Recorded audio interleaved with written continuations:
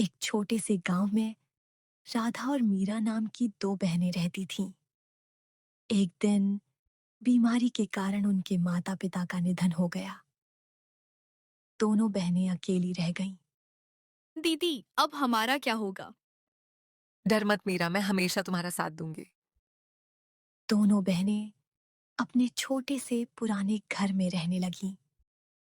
घर की छत भी जगह जगह से टूटी हुई थी। बारिश आई तो घर में पानी भर जाएगा। हम मेहनत करेंगे और सब ठीक कर लेंगे।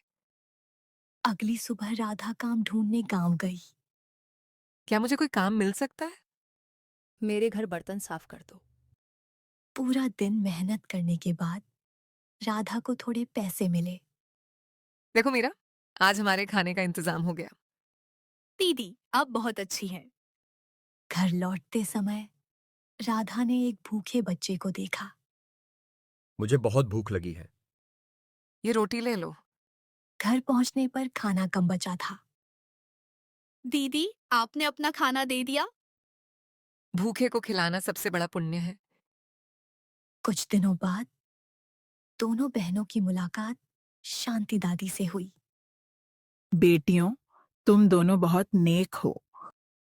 दादी ने उन्हें सब्जियां उगाना सिखाया।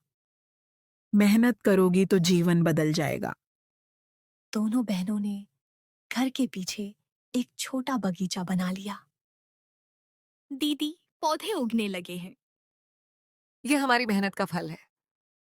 उन्होंने सब्जियां बेचकर कुछ पैसे कमाए। अब हम ज्यादा खाना खरीद सकते हैं। गांव का सेठ हरिराम उनकी सफलता देखकर जलने लगा। ये लड़कियां इतनी जल्दी आगे कैसे बढ़ रही हैं? सेठ ने कम कीमत देकर उनकी सब्जियां खरीदने की कोशिश की। मैं बस इतने पैसे दूंगा।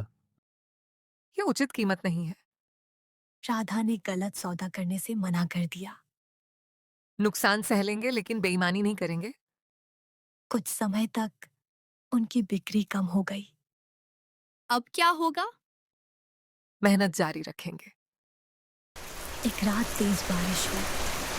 हमारे पौधे खराब हो जाएंगे। दोनों बहनों ने रात भर पौधों को बचाने की कोशिश की। हिम्मत मत हारो। सुबह देखा तो अधिकतर पौधे बच गए थे। हम सफल हो गए।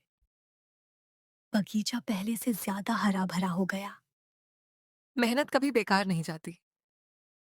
एक व्यापारी उनकी सब्जियां खरीदने आया। मैं आपकी सारी सब्जियां खरीदूंगा। दोनों बहनों को पहली बार अच्छी कमाई हुई। अब हम घर की मरम्मत कर सकते हैं।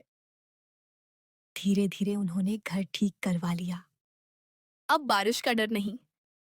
राधा ने मीरा को फिर से स्कूल भेजना शुरू किया। पढ़ाई बहुत जरूरी है। उधर सेठ का व्यापार घाटे में जाने लगा। मेरे साथ ऐसा क्यों हो रहा है? सेठ को अपनी गलती समझ आने लगी। मैंने लालच किया था। वह बहनों से माफी मांगने आया। मुझे माफ कर दो। गलती मान लेना अच्छी बात है। बहनों ने सेठ की भी मदद की। हर किसी को दूसरा मौका मिलना चाहिए। पूरे गांव में उनकी चर्चा होने लगी। ये दोनों बहनें बहुत प्रेरणादायक है। जिले की ओर से उन्हें सम्मानित किया गया। आपकी मेहनत युवाओं के लिए मिसाल है। शांति दादी बहुत खुश थीं। मुझे तुम दोनों पर गर्व है।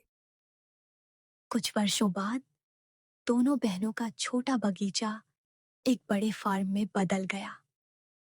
उन्होंने मेहनत, ईमानदारी और दया के बल पर अपनी जिंदगी बदल दी। कठिनाइयां हमें मजबूत बनाती हैं। और मेहनत हमें सफलता दिलाती है। मेहनत, ईमानदारी और दयालुता से सबसे कठिन परिस्थितियों को भी बदला जा सकता है। कभी हार नहीं माननी चाहिए।